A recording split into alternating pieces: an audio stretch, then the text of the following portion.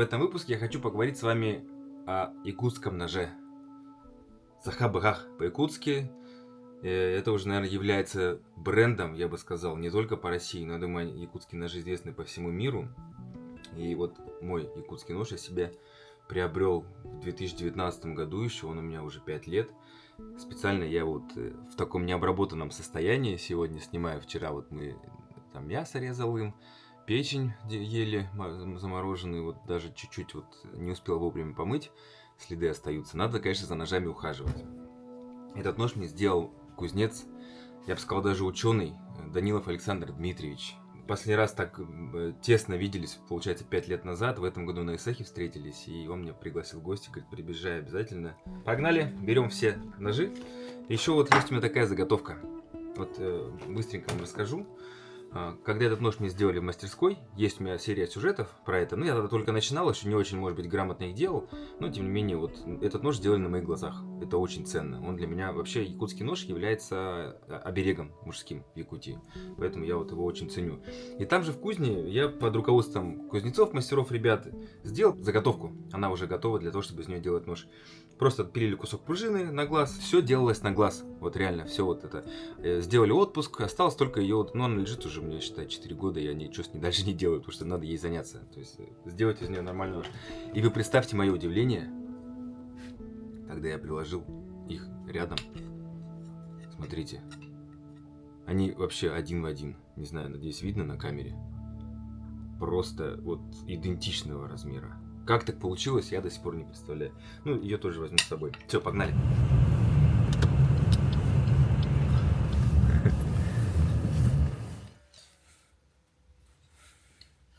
Так, друзья, знакомьтесь, Данилов Александр Дмитриевич, кузнец с инженерным образованием. Я считаю, что у него научный подход к этому делу. Сейчас мы немножко уже пообщались про ножи. Можешь со всеми поздороваться. Здравствуйте. Попробуем сегодня сделать из моего ножа снова конфетку, потому что за ним ни разу я не ухаживал. За все 5 лет, вот как вы сделали клинок, так вот он у меня и просто использовался. И чуть-чуть я подтачивал. И вот показал Александр Дмитриевич тоже то, что я выковал клинок. Он уже все, отпуск сделан, да, по сути его только на станке выточить. И если будет время, Александр Дмитриевич уже сказал, говорит, приходи, научим, покажем, сделаешь. Осталось только найти время. Сделать надо сначала клинок, вот такой вот подготовить, а затем ручку. Ручку уже там материал березовый кап, например, делается, да, либо... Сейчас, кстати, кап используется еще? Да, конечно. Мне говорили, что его мало стало. Нет, есть. Нормально есть, да? Есть. Кап – это нарост на березе, который имеет достаточно мягкие свойства, он хорош для обработки. Давайте тогда его отполируем. Значит, газовый горн, тут на углях горн. Если электричества нету, например, могу на нем работать. Вот, меха ручные. Сколько сейчас такой горн стоит, интересно? Ой, горн. Молот, да. Не знаю, бэушные там в пределах 300 тысяч можно найти. Да? Так, с завода, наверное, больше миллиона стоит. Ну, даже больше. Вот, тогда лучше бэушный. Термичку тут делаю, муфельную печь, тут 3 штуки у меня стоят. Это печи как раз где отпуск, да, производится? Или как это называется? Отпуск, все тут термическая обработка. Ну и вот можно посмотреть, как выглядят заготовки. В 7 классе я первый нож свой в школьной мастерской из напильника вытащил на наждаке. И почему-то хотелось. Да. Всякие разные медали, барельеф всякие людей тоже, лицо, все как идеально делал. Вот мы сейчас обсуждаем, что лучше лазера. Есть лазер, да, вот это лазерная работа, по сути искусственный интеллект, грубо говоря, а вот это чисто ручная работа, старая. И вот все равно ручную работу не заменит ничто, ее ценность. Это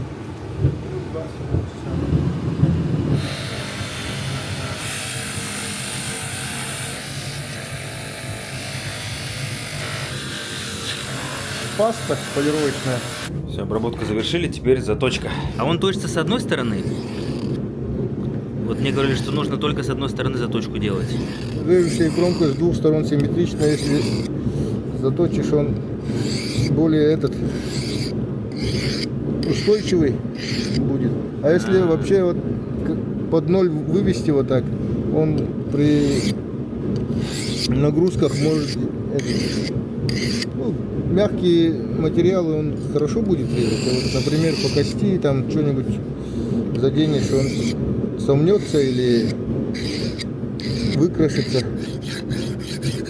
Предфинишная пошел. Кожа с пастой. Финишная. Можно пользоваться. Как новенький, супер, вообще спасибо. Это вот то, что мы тогда кричное, да, добывали? В печах вы это делали? Да. Старым методом тем самым? Пошла загрузка. Древесный уголь. О, ну прям доверху вот так вот надо.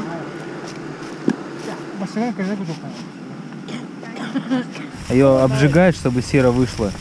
В итоге после обжига получается, ну, примерно такого же цвета камни. Их мельчат. И это получается такая вот порошковая субстанция.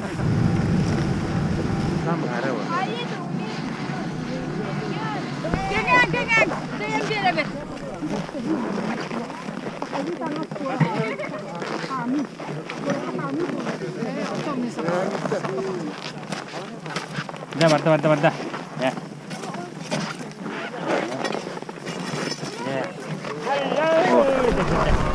Вот он. Наконец-то дождались.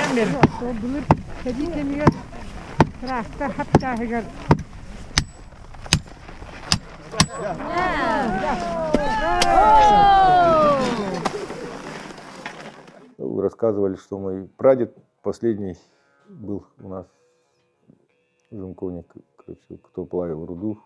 И мне это как-то интересно стало. Начали собирать информацию. У старика спросил, как это делается, туда-сюда, знаешь про это. Он говорит, ну, я сам не плавил, говорит, маленький был, ребенком видел, как это делают, говорит. Ну, печь описал там, так, и руду видел, говорит. И я вот ездил по всяким речкам, там, этим, камни всякие притаскиваем. Вот это руда, вот это руда.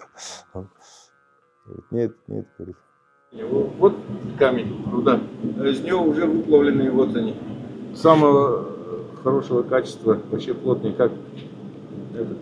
Из нее еще переплав делаем. И булат. Булат, вот я хотел спросить, а есть у вас ножи булатные? Вы же тогда, помню, часами сидели, вытачивали, да, чтобы получить. Вы делаете как прототип, чтобы показать, в каком виде он был, когда был изготовлен. Здорово. Вот есть разные варианты. Вот это бычий хвост, а у меня кожаные ножны. То есть... Внутри береста. А какой лучше считается, вот, по вашему мнению, из кожи или из хвоста? Или это просто, ну, на любителя? На любителя. Практичнее кожаные. Вот за ними тоже ухаживать надо. А БТЯ тоже найдено или это вот? Да, это тоже Прокопий Романович мне предоставил. Да, старые они. БТЯ, расскажите немножко, что это? Это орудие труда? Это орудие труда. Заменяет топор, пешню. Как нож можно пользоваться. Ну, хозяйственно-бытовой. Широкофункциональный, да, я бы сказал. Да. Вот мы это сами делали. Тоже искрится. Вот это только закалку принимает. Обух он должен быть мягким. Вот то, что я говорил, что у Александра Дмитриевича научный подход к своему делу. Он постоянно занимается изучением чего-то нового, вот булат или вот... Разрезали, и там шлифуешь и травишь. И там уже видно, где больше углерода, где меньше углерода, где закалилось, не закалилось. Вот это смотрим. Технологии изготовления. Вот тут видно, вот темное, видишь, вот. Вот это крепкая, которая высокоуглеродистая, которая закалку принимает. А вот это светлая, она мягкая, закалку не принимает. Углерод у него разный, в разных местах разный. Тут, например, сбоку, где задняя часть, там без углерода, ломаешь, закаливаешь и ломаешь. Вот видишь, часть, как этот хрупкий, сломался, а вот Здесь это погнулось. вот это погнулось. Вот это отделяешь, отдельно между собой свариваешь монолит. Вот, например, Это высокоуглеродистая, которая твердо Да. ломается, да? да, на молоте его растягиваешь и саму на себя вот кузнечной сваркой. Высокоуглеродистая, а это малоуглеродистая. Потом их вот между собой. Вот тут видны, сколько раз он сложены. Если мало углерода, то это железо, а много углерода это уже сталь. Берется Брусочки. рука, такие брусочки берутся, и из них уже форма рукоятки формируется. И вот в итоге получается такая вот. Примерно 30 килограмм руды загружаем, ведем 6 часов в плавку и получаем где-то максимум 9-8 килограмм, 6 килограмм можем получить.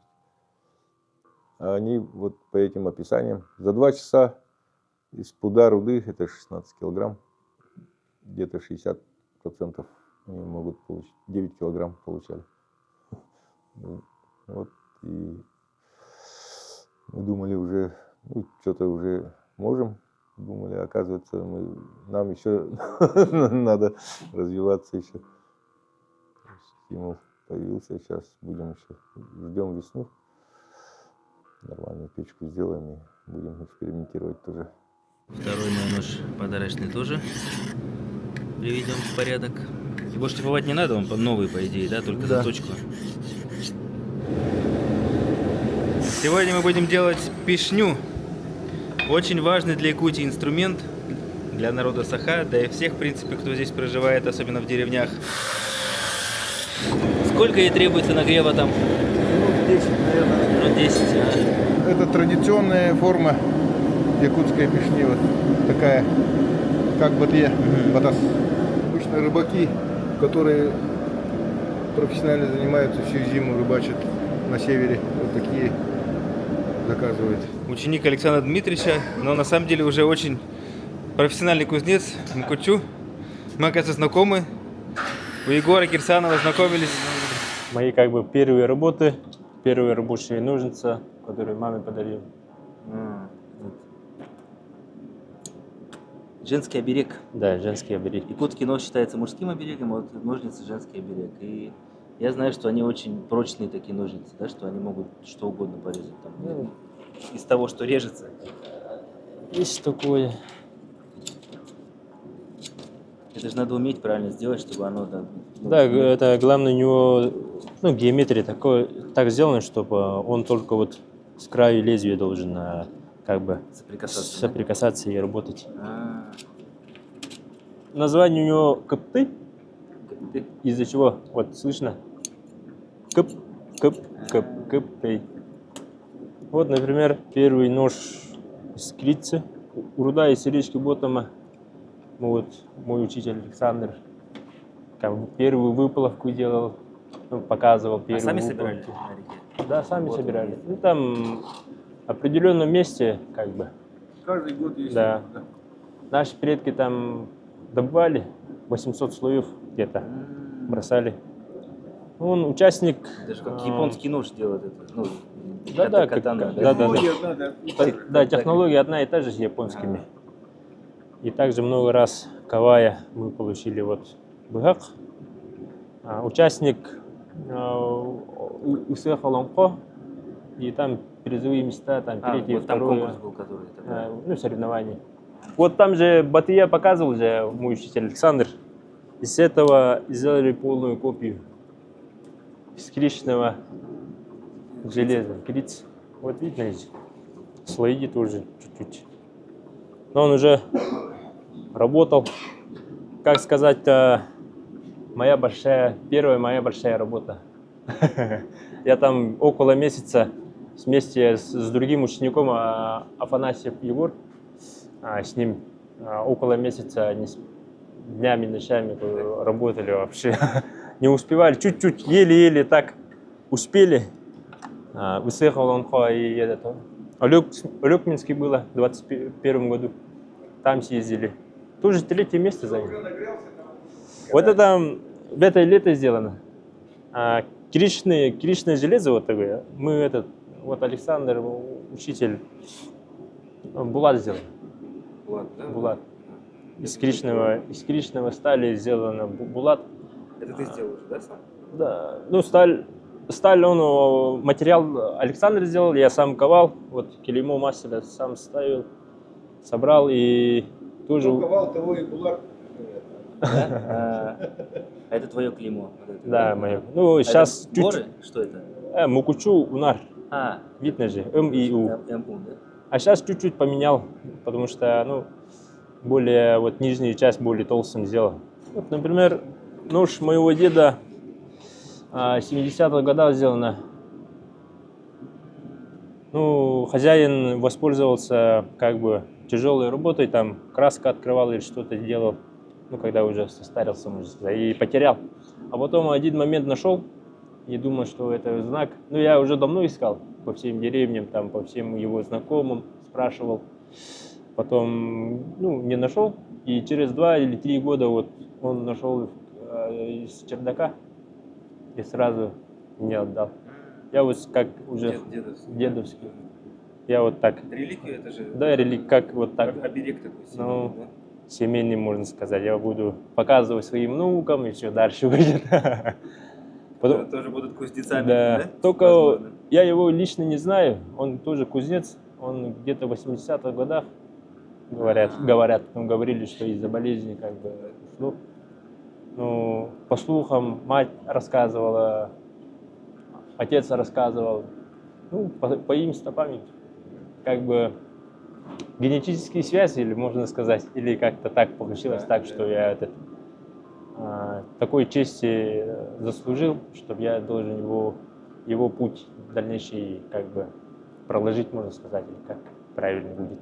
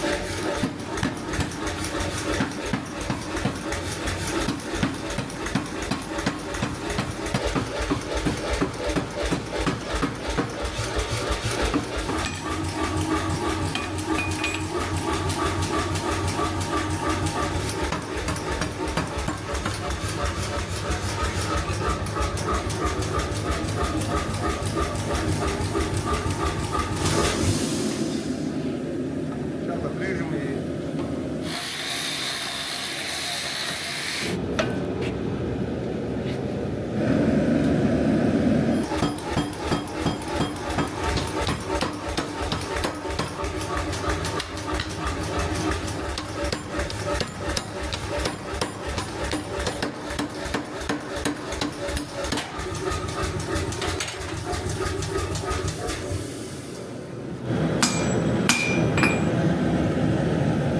Там сделал, чтобы быстрее делать геометрию якутская. Это, так. То есть вы по нему вот так, да? и вот так?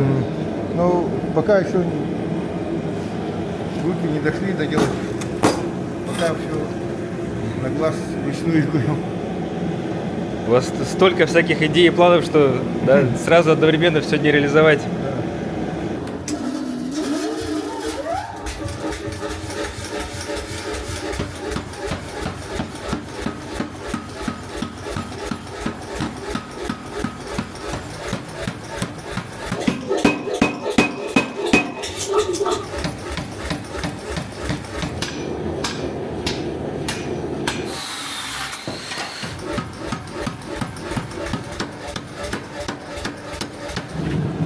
Уже легче. Вот спуск мне вручную добивать много времени занимает. А сейчас вот уже побыстрее будет.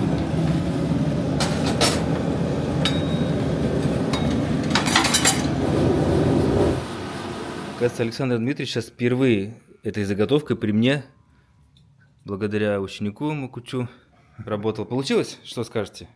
Ваш вердикт? Ну, что-то есть уже, можно. Ну, с этого я делал. Вот так. А с него форму вы создали? Ну, вот нагрел железку и... И туда тынк-тынк вбили. Да. Ага. И вот такие должен делать он. Сюда вот это сделаем на боек, чтобы одевался. Наварить, чтобы не надо было помощью Да. самому, чтобы делать, Да. работать. И здесь вот она готовая форма, только осталось руками не трогай, главное. Чуть не Вот докоснулся. спуск уже уходит нормально. Ну вот, друзья, таким образом мы сейчас вам показали на примере пишни, но, в принципе, любой инструмент, в том числе и якутский нож, также происходит процесс ковки клинка. Нагревается любой металл, какой мы будем использовать, и потихонечку на молоте вот он. Просто пишня более наглядно у нас, мне кажется, получилась, она больше и красивее это все смотрится. Вот такие таинства кузни. Ребенок у меня маленький был, старший тоже. Короче, мы где-то неделю дома не появлялся, там в мастерской все время. Она думает, что мы там или бухаем, или что. Короче, приехала на работу с проверкой с детьми. А мы там все чумазые сидим, работаем, ну, плавку делаем. Увидела, говорит, все себе вы. Обрадовалась, наоборот. Вот это Егор Степчан, который фотофан. Это как бы... Ну, есть такой нож, бадай называем, да? Только это уже другое. Это, как говорится, фотохон называем, но как бы... Вот Малый батыя. малый батыя, во-во-во. Форма такая. Форма такая же, как бы. А, Вот. точно, да, у Егора такой вот он форма БТИ нож. Да. Ну, чуть-чуть тоже сильно так пользоваться, как бы пролюбить, как пальмы тоже, этот, они, лед тоже можно пролюбить чуть-чуть. Первые работы, поэтому себе оставил, чтобы как бы дальше. Сам тоже пользуюсь много раз. Но когда в лес выхожу, обязательно уже, как, не знаю, уже с собой возьму. Проверенным методом с помощью бумаги остроту ножей.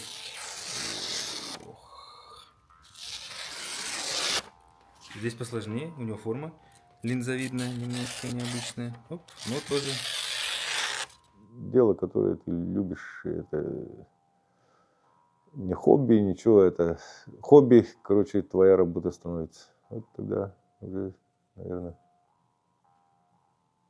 счастливым будешь. Ну, спасибо вам большое за такую шикарную экскурсию. Когда еще вот так вот попадешь так близко к такому ценному ремеслу, особенно для Якутии. Так что ладно, счастливо, все, я поехал. Фигня.